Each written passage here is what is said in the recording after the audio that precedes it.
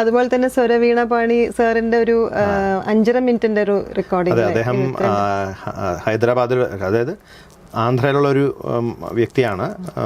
അദ്ദേഹം ഈ സംഗീതത്തെ പറ്റി റിസർച്ചൊക്കെ ചെയ്യുന്ന ഒരാളാണ്. അപ്പോൾ അദ്ദേഹം ഒരിക്കൽ ഇവിടെ വന്നിട്ട് എന്നോട് ഇവിടെ വന്നിട്ടില്ല, അതിന് മുമ്പ് ഫോണിൽ കോൺടാക്ട് ചെയ്തു. ഇങ്ങനെ ഒരു പ്രൊജക്റ്റ് ഉണ്ട്, രാഗങ്ങൾ, അതായത് 72 മേള കർത്ത രാഗങ്ങൾ അതിൻ്റെ പേരിലൂടെ തന്നെ പാടി അവതരിപ്പിക്കുന്ന ഒരു സംഭവം. അപ്പോൾ ഞാനതൊരു ഭയങ്കര ബുദ്ധിമുട്ടുള്ള കാര്യമായിട്ടാണ് ഞാൻ വിചാരിച്ചു. പക്ഷേ ശരിക്കും ബുദ്ധിമുട്ടുള്ള കാര്യം തന്നെയാണ്.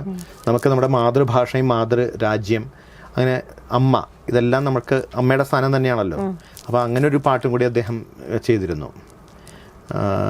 അപ്പോൾ ഈ 72 മേള കർത്ത രാഗം കനകാംഗി, രത്നാംഗി മുതൽ അങ്ങനെ എല്ലാ രാഗങ്ങളും, കനകാംഗി, രത്നാംഗി, അങ്ങനെ ഓരോ രാഗത്തിൻ്റെയും പാടി ഗാനമൂർത്തി, അങ്ങനെ ഓരോ രാഗങ്ങളും എനിക്ക് എൻ്റെ മനസ്സിൽ പെട്ടെന്ന് ഓർമ്മ വന്നാണ് ഞാൻ പാടിയത്. അങ്ങനെ എല്ലാ രാഗങ്ങളും അതുപോലെ പാടിയിട്ടാണ് ഈ 72 മേള കർത്ത രാഗത്തിൻ്റെ 6 മിനിറ്റ് നീണ്ടു നിൽക്കുന്ന ഒരു പാട്ട്.